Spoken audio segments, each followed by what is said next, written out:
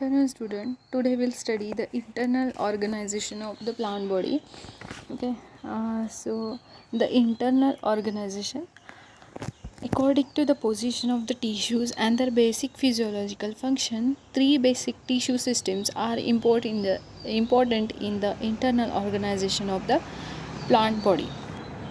तर बघा, इंटरनल ऑर्गनायझेशनमध्ये हे जे इंटरनल ऑर्गनायझेशनचे जे आहेत तर हे बेसिक 3 टिश्यू सिस्टीम्स आहेत अकॉर्डिंग टू देअर पोझिशन. त्याच्या पोझिशनवरून त्याचे 3 सिस्टीम्स आहेत आणि ते आहे epidermal or dermal tissue system. Second one is ground or fundamental tissue system. Third one is conducting or vascular tissue system. तर एक एक करून आपण तिन्ही सिस्टम्स जे आहेत तर हे बघूया. फर्स्ट जे आहे internal tissue epidermal tissue system. The epidermal zone is the important region of the plant body in the form of surface of all the organs from apes of the roots to the apes of the stem. It is a single layer epidermis in the primary plant body and it forms the epidermal tissue system. Okay, तर epidermal tissue system म्हणजेच काय असतं तर suppose आता हे आपण एखादा प्लांटचा किंवा स्टेमचा TS घेतला तर ह्यामध्ये असणारा जो आउटर लेअर आहे तर हा एपिडर्मिस लेअर असतं किंवा एपिडर्मल झोन त्याला म्हटलं जातं. ओके, तर हे जे काही एपिडर्मल लेअर असतं तर हे सिंगल लेअर असतं. सिंगल युजली प्रायमरी प्लांट बॉडीमध्ये. प्रायमरी प्लांट बॉडी म्हणजेच काय तर ज्यावेळेला प्लांट आपण लावतो तर त्यामध्ये जी काही स्टार्टिंगला जे प्लांट फॉर्म होत असतं तर त्यामध्ये काय होतं तर ते प्रायमरी प्लांट त्यालाच काय म्हटलं जातं प्रायमरी प्लांट बॉडी. आणि त्यामध्ये जी काही त्याचा जो काही एपिडर्मल लेअर असतं तर ते सिंगल लेअर असतं. आणि ह्याचा जो काही फंक्शन आहे its function is the protection of the plant body and to check the rate of transpiration. तर ह्या एपिडर्मसचा किंवा एपिडर्मल लेअरचा जो काही फंक्शन आहे तर हे काय आहे तर प्रोटेक्शन, प्लांट बॉडीचं प्रोटेक्शन करणे. सपोज ही प्लांट बॉडी आहे. ओके, ही प्लांट बॉडी आहे. सपोज ही प्लांट बॉडी आहे तर ह्यामध्ये हा जो काही लेअर आहे हा जो काही लेअर असणार आहे हा साईडचा जो काही लेअर आहे तर हा लेअर असणार आहे इपिडर्मल टिश्यू सिस्टीम. आणि हे जे काही इपिडर्मल टिश्यू सिस्टीम ही पूर्ण कंप्लीट प्लांट बॉडीला असणार. इवन इथं लीफमध्ये पण असणार आहे इपिडर्मल टिश्यू सिस्टीम. इवन इथं रूट्समध्ये पण ते इपिडर्मल टिश्यू सिस्टीम असणार आहे.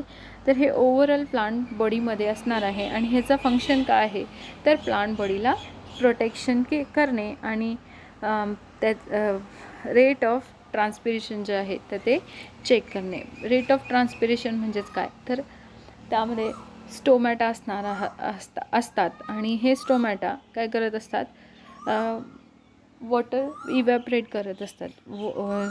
सॉरी ते जे आहे त्याचं ओपनिंग आणि क्लोजिंग होत असतं बिकॉज ऑफ गॅसेस एक्सचेंज करण्यासाठी त्यांचा स्टोमॅटाचं जे आहे ओपनिंग आणि क्लोजिंग होत असतं. आणि त्यावेळेला त्यामध्ये स्टोमॅटा जे आहे तर हे ओपन होत असतात आणि त्यापासून काय होत असतं वॉटर लॉस होतं.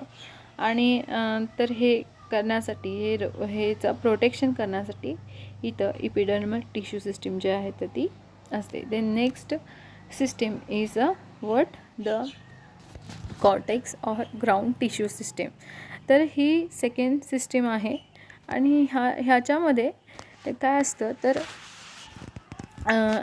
ह्या झोनमध्ये काही जास्तीत जास्त लेअरचे सेल्स असतात आणि त्यामध्ये डिफरंट टिश्यूज असू शकतात.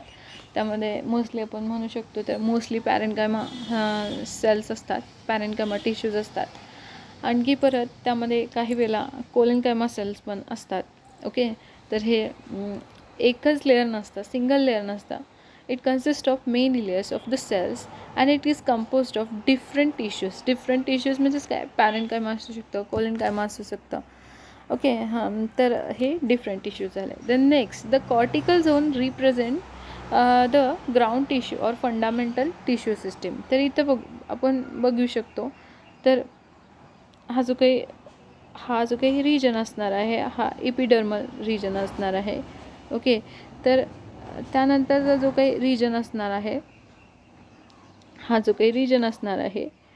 हा रिजन हा पार्ट ह्यामधला हा जो काही पार्ट असणार आहे हा कॉर्टेक्स रिजन असणार आहे. कॉर्टेक्स रिजन और कॉर्टेक्स झोन असणार आहे. आणि ह्यामध्ये अनेक असे सेल्स असणार आहेत.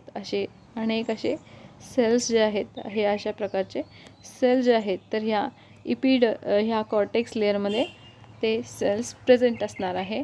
आणि ह्यामध्ये वेगवेगळे टाईपचे सेल्स प्रेझेंट असणार आहेत किंवा टिश्यूज जे आहेत तर हे वेगवेगळे असणार आहेत, लाईक पॅरेन्कायमा, कोलेनकायमा असे. तर नेक्स्ट ह्यामध्ये ग्राउंड टिश्यू सिस्टीम जे आहे तर ही ग्राउंड टिश्यू सिस्टीम देखील ह्याला म्हटलं जातं कॉर्टेक्स रिजनला, कारण की ह्यामध्ये टिश्यूज जे आहे तर हे अरेंज झालेले असतात, म्हणजे क्लोजली अरेंज झालेले असतात. ते next the function of this region are mechanical support, photosynthesis, storage of starch grains etcetera. तर ह्यामध्ये बघा हे जे काही रिजन आहे तर ह्या रिजनमध्ये काय केलं जातं, जे काही पॅरेन्कायमा सेल्स असतात, कोलोरेन्कायमा सेल्स असतात तर हे काय करतात तर हे एकमेकाशी actually these are closely arrange cells. तर ह्यामध्ये जे काही अरेंज सेल्स म्हणजे क्लोजली अरेंज असल्यामुळे, कॉम्पॅक्टली अरेंज असल्यामुळे काय होतं की ह्यांना मेकॅनिकल सपोर्ट मिळतं. कोणाला तर प्लांटना मेकॅनिकल सपोर्ट मिळतं. इवन फोटोसिंथेसिस ह्यांच्यामुळे होतं. आणि त्याचबरोबर त्यांच्यामध्ये फूड ग्रेन जे आहे तर हे फूड ग्रेन स्टोअर करून ठेवलं जातं. Okay, so this is the second layer or this is also known as the ground tissue system or cortex layer. Then next is the vascular tissue system. It is the third layer. It is the third zone which is present in the central part of the root stem axis and other organs is called as stele or central conducting cylinder. तर बघा आपण बघितलं तर हा जो काही outer most part आहे, हा जो आउटर मोस्ट पार्ट आहे हा एपिडर्मल लेअर झाला. ओके, एपिडर्मिस लेअर झाला. हा जो इनर मोस्ट पार्ट आपण जो काही बघितला तर हा झाला कॉर्टेक्सचा लेअर. त्यानंतर येणारा जो काही पार्ट असणार आहे तर तो पार्ट असणार आहे वॅस्क्युलर पार्ट किंवा आपण म्हणूया त्याला कंडक्टिंग सिस्टीमचा पार्ट असणार आहे त्यामध्ये थर्ड झोनमध्ये. आणि ह्यामध्ये एक सिलेंडर लाईक स्ट्रक्चर असणार आहे अशा प्रकारे. आणखी एक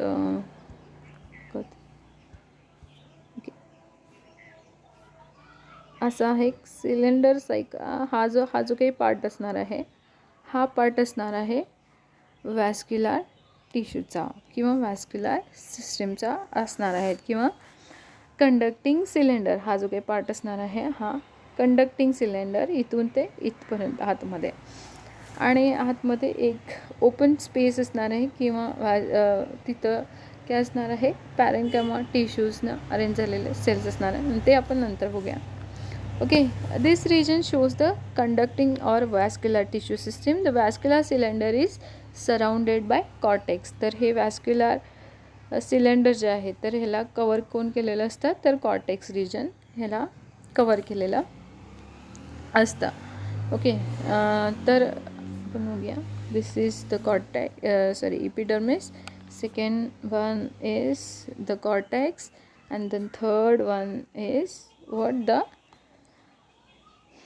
कंडक्टिंग सिस्टम और वॅस्क्युलर टिश्यू सिस्टीम. तर ह्याच्यामध्ये बघा सराउंडेड पार्ट कॉर्टेक्स असणार आहे, हा कॉर्टेक्सचा रिजन. त्यानंतर the cortex and vascular cylinder are separated from each other by epidermis in dicot stem and all primary roots. तर हे जे काही कॉर्टेक्स रिजन आहे आणखी जो काही वॅस्क्युलर सिलेंडर जो काही पार्ट आहे, हे जे काही 2 पार्ट आहे, तर हे आणखीन एका लेअरमुळे इथं एक लेअरमुळे ते एक असा छोटीशी लेअर असणार आहे.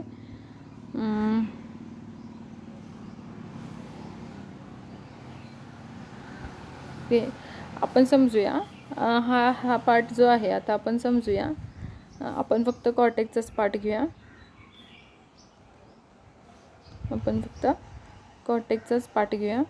वेट.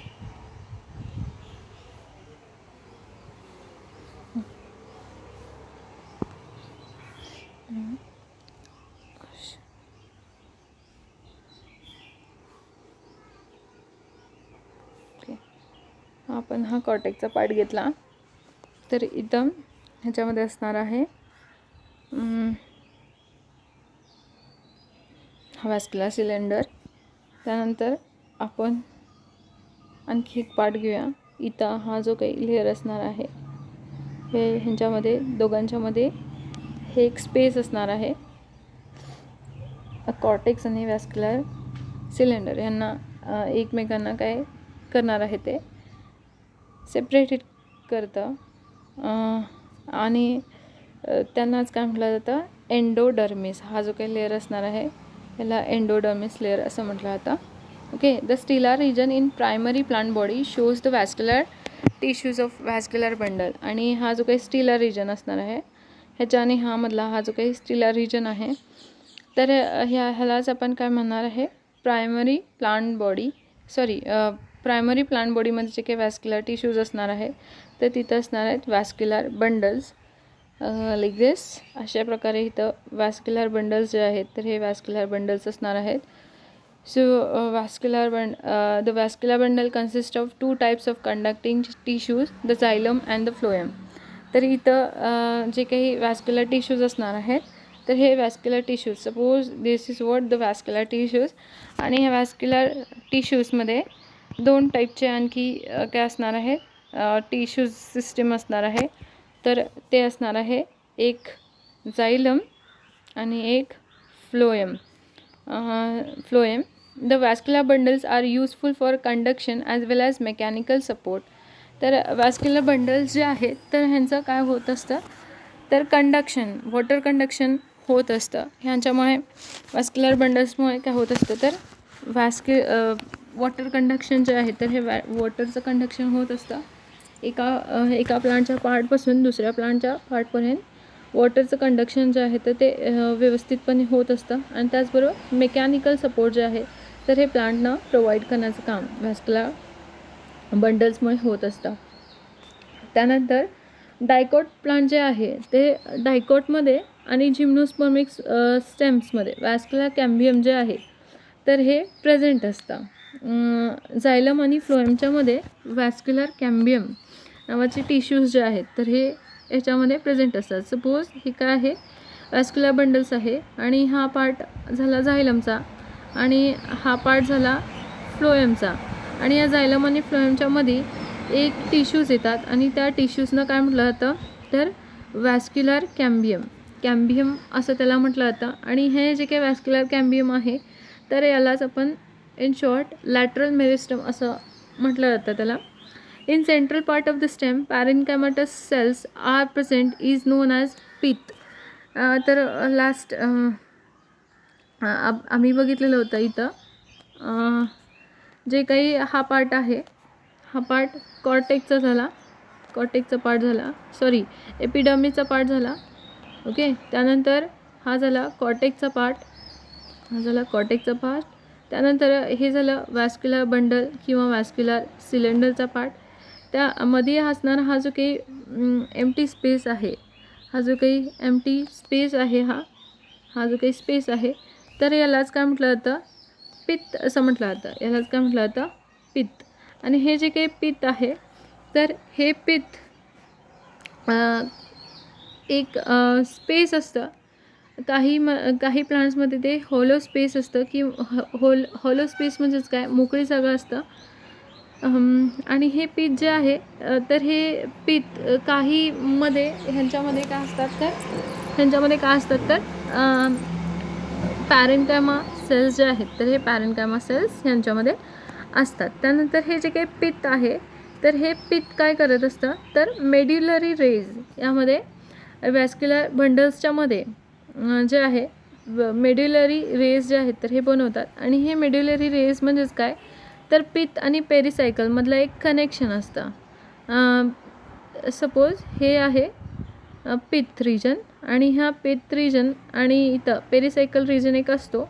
एंडोडर्मिस लेअरच्या खालच्या बाजूला पेरिसायकल रिजन असतं आणि त्यामध्ये असा एक रेज टाईप काय होत असतं तर एक कनेक्शन जे आहे तर हे पेरिसायकल आणि पित्तमध्ये असतं. आणि हे वॅस्क्युलर बंडलच्या मध्ये हे असे मेड्युलरी रेज जे आहेत तर हे मेड्युलरी रेज प्रेझेंट असतात. Okay, so this is third system, that is the vascular tissue system. Then next, Haberland theory. According to Haberland theory, the primary meristem in apical region of the stem and root is segregated into three parts, that is the protoderm, procambium and ground meristem. तर जर हॅबरलँड theory जर आपण बघितली तर या हॅबरलँड थेरीच्या नुसार जे काही अपायकल रिजन आहे तर हे अपायकल रिजनमध्ये स्टेम आणि रूट जे आहेत तर हे 3 पार्ट्समध्ये वेगवेगळे सेग्रिगेट होतात किंवा त्यांचं सेपरेशन होतं. तर त्यामध्ये फर्स्ट जे आहे प्रोटोडर्म, सेकंड आहे procambium and third one is ground meristem. तर जे काही प्रोटोडर्म जे आहे तर हे प्रोटोडर्म आपण जे काही एपिडर्मिस लेअर बघितलेले आहे तर ह्या एपिडर्मिस लेअरलाच किंवा ह्या एपिडर्मिस लेअरपासूनच प्रोटोडर्म जे आहे तर हे बनतं. आणि जे नेक्स्ट जे आहे तर नेक्स्टमध्ये procambium part developed into primary vascular tissues. तर प्रोकॅम्बियम जे आहेत तर हे बनतात. सपोज हे आहे वॅस्क्युलर टिश्यूज, इथं हे वॅस्क्युलर टिश्यूज आहेत तर ह्यांच्यामध्ये प्रोकॅम्बियम पार्ट जे आहेत तर हे प्रायमरी वॅस्क्युलर टिश्यूजमध्ये बनले जातात. म्हणजे झायलम आणि फ्लोएममध्ये प्रोकॅम्बियम जे आहे तर हे बनलं जातं. Okay, then next the ground meristem produces fundamental or ground tissue system. तर इथं ग्राउंड मेरिस्टेम म्हणजे जे काही कॉर्टेक्स आपण म्हणूया तर इथं बघा सपोज हे कॉर्टेक्स रिजनचा आपण काढलेला आहे, हा ड्रॉइंग केलेला आहे.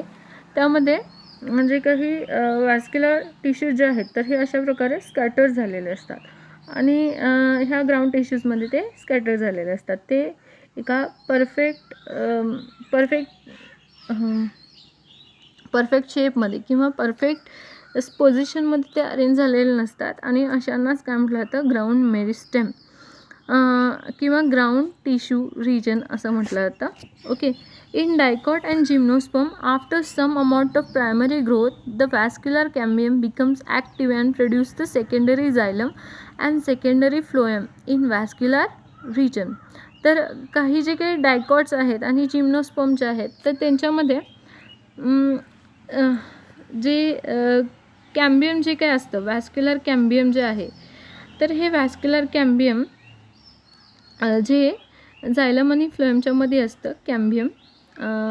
तर हे काय करतं तर सेकंडरी झायलम आणि सेकंडरी फ्लोएम जे आहे तर हे फ्लोएम रिजनमध्ये तयार केलं जातं. तर म्हणजेच काय तर प्रायमरी ऑलरेडी असतं त्यामध्ये फ्लोएम आणि झायलम प्रायमरी असतं. इवन सेकंडरी झायलम आणि फ्लोएम जे आहे तर त्यांच्यामध्ये तयार केलं जातं. After addition of some amount of secondary tissues in vascular region some development occurs in the sub epidermal region. तर सेकंडरी टिश्यूज जे आहेत तर सेकंडरी टिश्यूज म्हणजेच काय सेकंडरी झायलम, सेकंडरी फ्लोएम आणि त्याचबरोबर वॅस्क्युलर कॅम्बियम हे झाले सेकंडरी टिश्यूज. ओके, तर हे सेकंडरी टिश्यूज ह्यांच्यामध्ये ज्यावेळेला डेव्हलप होतात त्यावेळेला त्यामध्ये सब एपिडर्मल रिजन जे आहे तर किंवा पेरिफेरल रिजन म्हणजे काय एपिडर्मल रिजन जो काय असतो तर त्याच्यामध्ये देखील काही डेव्हलपमेंट होत असते.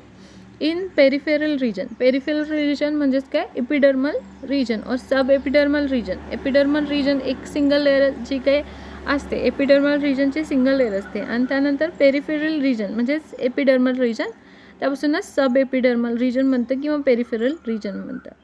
A new meristem called phellogen और कॉक कॅम्बियम डेव्हलप. तर पेरिफेरल रिजनमध्ये किंवा सब एपिडर्मल रिजनमध्ये फेलोजम नावाचे टिश्यूज ॲड होतात किंवा कॉर कॅम्बियम डेव्हलप जे आहे तर ते ॲड होतात नवीन मेरिस्टेमच्या फॉर्ममध्ये.